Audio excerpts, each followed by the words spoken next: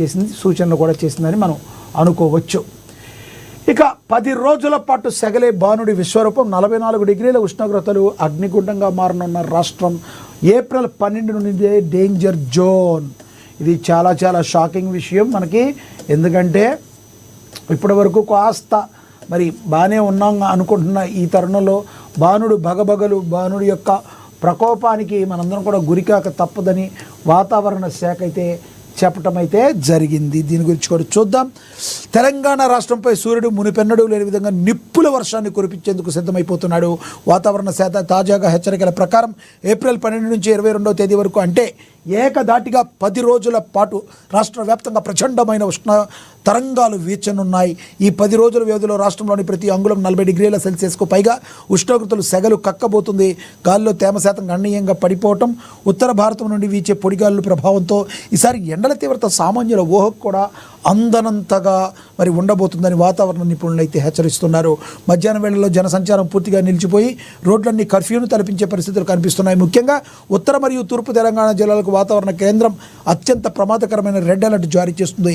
ఆదిలాబాద్, కుమ్రంభీం, ఆసిఫాబాద్, మంచిర్యాల, నిర్మల్, జగిత్యాల వంటి ఉత్తర తెలంగాణ జిల్లాలతో పాటు తూర్పున ఉన్న జయశంకర్, భూపాలపల్లి, ములుగు, భద్రాద్రి కొత్తగూడెం జిల్లాలో ఉష్ణోగ్రతలు ఏకంగా 44 నుండి 45 డిగ్రీల సెల్సియస్కు తాకే అవకాశం ఉంది. ఈ ప్రాంతాల్లోని బొగ్గు గనులు, పారిశ్రామిక క్షేత్రాల వల్ల ఉష్ణోగ్రతల ప్రభావం మరింత రెట్టింపు అయ్యే ప్రమాదం ఉందని అటు నిజామాబాద్, కరీంనగర్, ఖమ్మం మరియు నల్గొండ జిల్లాలో కూడా ఉష్ణోగ్రతలు 43 డిగ్రీల వరకు నమోదవుతాయని ఉక్కిరిబిక్కిరి చేయనున్నాయని తెలుపుతున్నారు. ఇక భాగ్యనగర వాసులకు కూడా ఈ 10 రోజులు అగ్ని పరీక్ష అనే చెప్పాలి. హైదరాబాద్ నగరంలో ఏప్రిల్ 12 నుంచి 22 వరకు నిరంతరాయంగా గరిష్ట ఉష్ణోగ్రతలు 40 నుండి 41 డిగ్రీల మధ్య నమోదు కానున్నాయి. సాధారణంగా మే నెలలో కనిపించే ఈ స్థాయి వేడి ఏప్రిల్ మధ్యలోని నగరాన్ని చుట్టుముట్టేయడంతో తీవ్ర ఆందోళన కలిగిస్తుంది. నగరంలోని కాంక్రీట్ కట్టడాలు, వాహనాల నుంచి వెలువడే వేడి వల్ల అర్బన్ హీట్ ఐలాండ్ ప్రభావం ఏర్పడి రాత్రి వేళల్లో కూడా ఉష్ణోగ్రతలు తగ్గకుండా ఉక్కపోత తీవ్రంగా ఉంటుంది. ఈ 10 రోజులు వర్షాలు జాడ చాలా తక్కువగా ఉంటుంది. అక్కడక్కడ కురిసే చెదురుముదురు జల్లులు వేడిని తగ్గించకపోగా తేమను పెంచి ఉక్కపోతను మరింత పెంచే అవకాశం ఉందని నిపుణులైతే హెచ్చరిస్తున్నారు.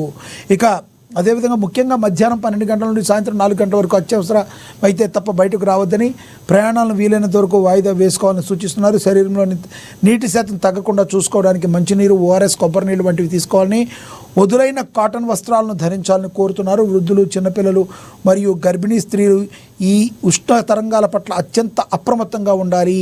మరి చిన్నపిల్లలు కూడా వడదెబ్బ తగిలే అవకాశం ఉంటుంది. గర్భిణీ స్త్రీలు అయితే చాలా చాలా జాగ్రత్తగా ఉండాలి.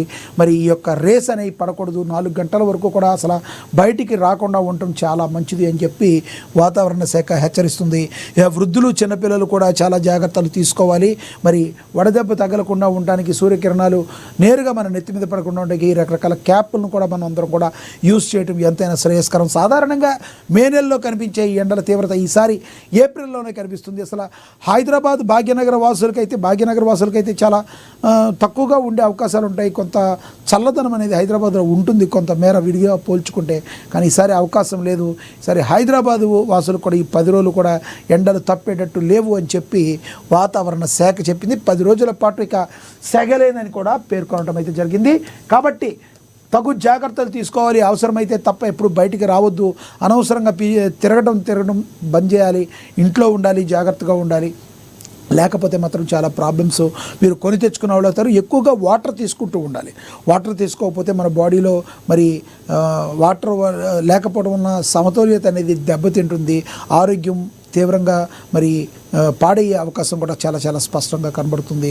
ప్రధానంగా వృద్ధులు, చిన్నపిల్లలు కూడా ఈ విషయంలో చాలా జాగ్రత్తగా ఉండాలి. ఇంకా గర్భిణీ స్త్రీలు కూడా చాలా చాలా జాగ్రత్తగా ఉండాలి. మరి ఎండలో తిరగకుండా ఉండటం మంచిదని చెప్పి మరి సంబంధిత అధికారులు అయితే హెచ్చరికలు అయితే జారీ చేశారు. ఇక అదేవిధంగా చూసుకుంటే నేడు హస్తినకు ముఖ్యమంత్రి రేవంత్ రెడ్డి కాంగ్రెస్ వర్కింగ్ కమిటీ సమావేశం జరగనుంది. ఢిల్లీకి మరోసారి వెళ్ళనున్నారు ముఖ్యమంత్రి రేవంత్ రెడ్డి. దీని గురించి కూడా చూద్దాం.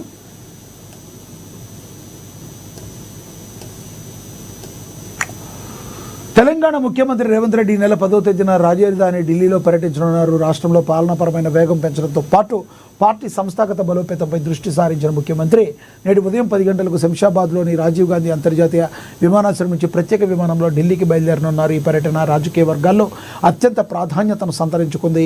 నేడు మధ్యాహ్నం ఢిల్లీ వేదికగా నిర్వహించనున్న అత్యంత కీలకమైన కాంగ్రెస్ వర్కింగ్ కమిటీ సిడబ్ల్యూసి సమావేశంలో ముఖ్యమంత్రి రేవంత్ రెడ్డి పాల్గొబోతున్నారు. జాతీయ స్థాయిలో పార్టీ అనుసరించాల్సిన వ్యూహాలు, ప్రస్తుత రాజకీయ పరిస్థితులు, రాబోయే ఎన్నికల కార్యాచరణపై ఈ భేటీలో సుదీర్ఘంగా చర్చించనున్నారు. తెలంగాణలో కాంగ్రెస్ ప్రభుత్వం చేపడుతున్న సంక్షేమ పథకాలు, 6 గ్యారెంటీల అమలు తీరును రేవంత్ రెడ్డి ఈ సందర్భంగా పార్టీ అధిష్టానానికి వివరించనున్నట్లుగా సమాచారం. ముఖ్యంగా పాలనలో తన మార్పు చూపిస్తూనే పార్టీ క్యాడర్లో నూతనోత్సాహంతో నింపేలా ఆయన తన నివేదికను సిద్ధం చేసుకున్నట్టుగా తెలుస్తుంది. ముఖ్యమంత్రి రేవంత్ రెడ్డి వంటి పర్యటనలో రాష్ట్ర కాంగ్రెస్ ముఖ్య నేతలు కూడా వెళ్ళే అవకాశం ఉన్నట్లుగా తెలుస్తుంది. సో ఈ యొక్క హస్తినకు వెళ్ళే ముఖ్యమంత్రి ఈ టూర్ చాలా చాలా ఇంపార్టెంట్గా మరి నిలవబోతుందని కూడా ప్రచురించారు. ఇక అదేవిధంగా పొంగులేటి కాదు అతడు పొంగులూటి. మంత్రి పొంగులేటిపై హరీష్ రావు తీవ్ర ఆగ్రహం వ్యక్తం చేశారు. తప్పు ఒప్పుకొని ప్రజలకు క్షమాపణ చెప్పాలి అని చెప్పి మరి మాజీ మంత్రి హరీష్ రావు ఫైర్ అయ్యారు. అతని పేరు పొంగులేటి కాదు పొంగులూటి అని ఆయన అభివర్ణించారు. పొంగులేటి కాదు అతను పొంగులూటి అంటూ మాజీ మంత్రి హరీష్ రావు నిప్పులు చెరిగారు. మంత్రి హోదాను మరిచి కేవలం రాఘవ కన్స్ట్రక్షన్ యజమానిగా పచ్చి అబద్ధాలు మాట్లాడుతున్నాడని, అవినీతి భాగవతం బద్దలవడంతో బాంబులన్నీ తుస్సుమన్నాయని మరి ఎద్దేవా చేశారు. స్వయంగా ముఖ్యమంత్రి రాఘవ కంపెనీ అక్రమాలను ఒప్పుకొని మరి జరిమానా వేశాక ఇప్పుడు సంబంధం లేదని బుకాయించిన ప్రజలను వంచడమేనని, ఆ దమ్ముంటే వివాదాస్పద భూములపై హైడ్రాను పంపించి చిత్తశుద్ధి నిరూపించుకోవాలని హరీష్ రావు సవాల్ విసిరారు.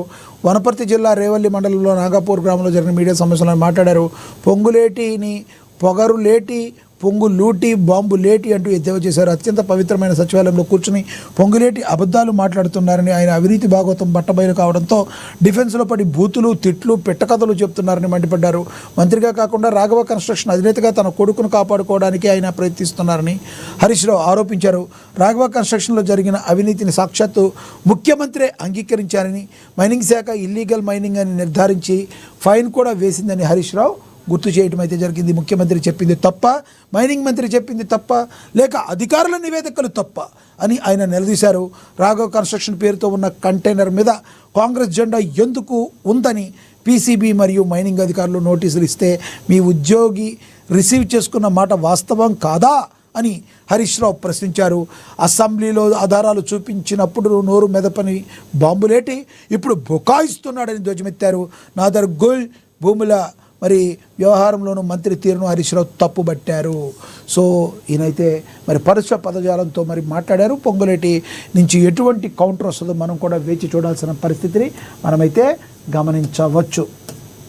ఇక అదేవిధంగా చూసుకుంటే రైల్వే ప్రయాణికులకు దక్షిణ మధ్య రైల్వే అలర్ట్, శాతవాహన గోల్కొండ సహా రైళ్లు రద్దు, రాయనపాడు పనులతో పట్టాలపై రైళ్ల బ్రేక్. తెలుగు రాష్ట్రాల మధ్య నిత్యం ప్రయాణించే వేలాది మంది రైల్వే ప్రయాణికులకు దక్షిణ మధ్య రైల్వే కీలక హెచ్చరిక జారీ చేస్తుంది. విజయవాడ సమీపంలోని రాయనపాడు యార్డ్ ఆధునీకరణ పనుల నేపథ్యంలో ప్రధాన రైళ్లను